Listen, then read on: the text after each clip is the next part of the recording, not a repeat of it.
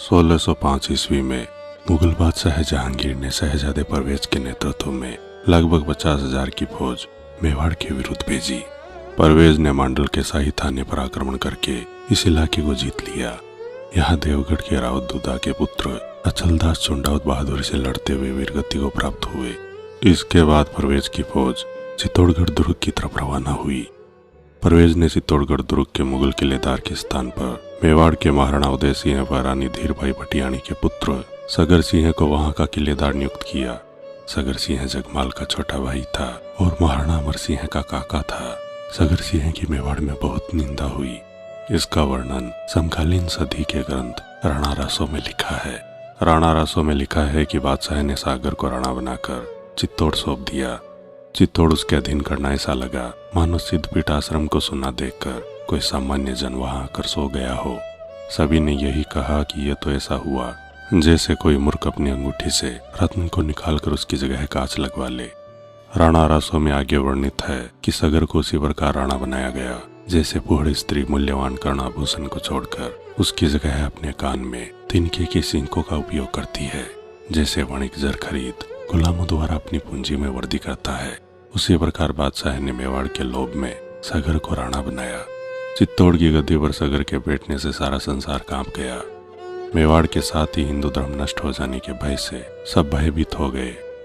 राणा रासो में आगे लिखा है कि अजानुबाहु महाराणा अमर सिंह के विरुद्ध क्रुद्ध होकर सगर के विद्रोह करने पर उसे चतुर एवं कवि लोग हो वह सुरासुर सूर्य चंद्र सब धिक्कारने लगे। घर घर में सब स्त्रियां भी धिक्कारने लगी।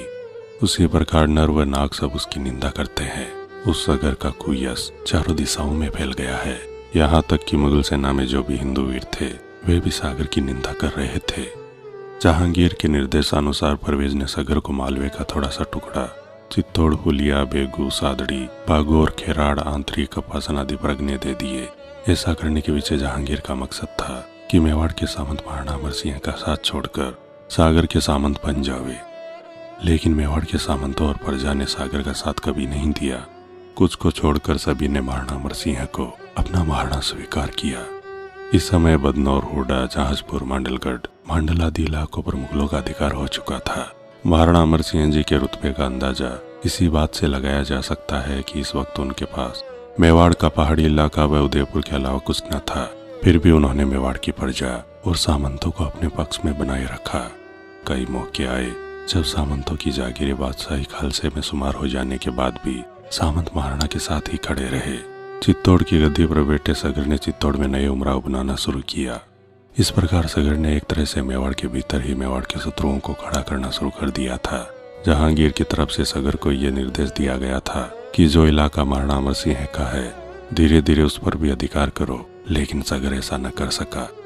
जगमाल व सगर का छोटा भाई अगर सिंह सिसोदिया भी जहांगीर का मनसबदार बन गया। अगर सिंह रानी धीरबाई भटियाणी का तीसरा बेटा था। सगर सिंह ने अपने बेटे मान सिंह सिसोदिया को भी जहांगीर के पास भेज दिया, जहां जहांगीर ने उसे 2000 जात और 600 सवार का मनसब दे दिया। जहांगीर के दरबार में ब्रिटिश महारानी का एक राजदूत था, जिसकी पुस्तक का हवाला देते हुए कर्नल जेम्स टोड ने उस समय काल में चित्तौड़ की दशा का सटीक वर्णन किया है। उसने लिखा है कि तत्कालीन समय में चित्तौड़गढ़ में लगभग 100 मंदिरों और 1 लाख पत्थर के बने मकानों के खंडर थे। बस्ती बहुत कम थी, लेकिन जंगली जानवर और पक्षी बहुत अधिक थे। कर्नल जेम्स टोड ने सगर के चित्तौड़ की गद्दी पर बैठने के बारे में लिखा है कि अपने पूर्वजों के खंडित गौरव और इस निर्जनता के बीच सगर ने 7 वर्षों की जाली स्वामी भक्ति स्वयं अपने को समर्पित करवाई। परंतु यह लिखते हुए प्रसन्नता होती है कि चित्तौड़ का यह दूसयवर्ती पुत्र भी उन घटनाओं के स्मरण करने से उठने वाले भावों को नहीं रोक सका।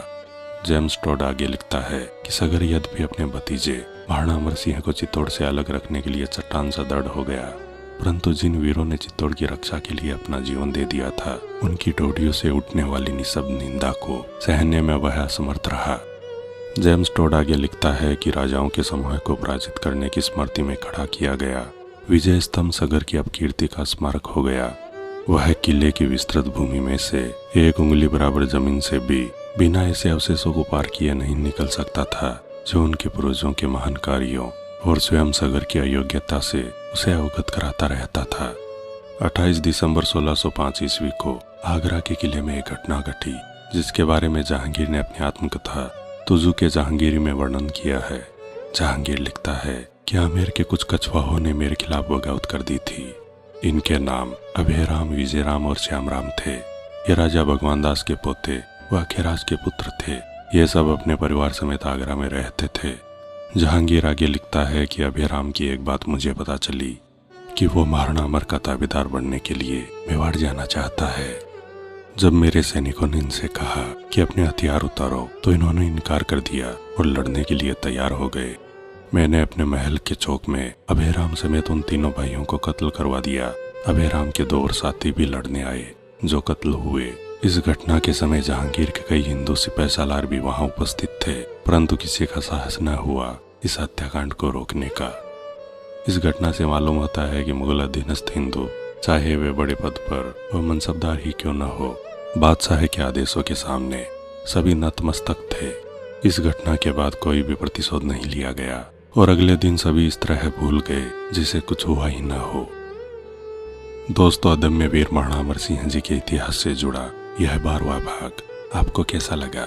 कृपया लाइक एवं कमेंट जरूर करें।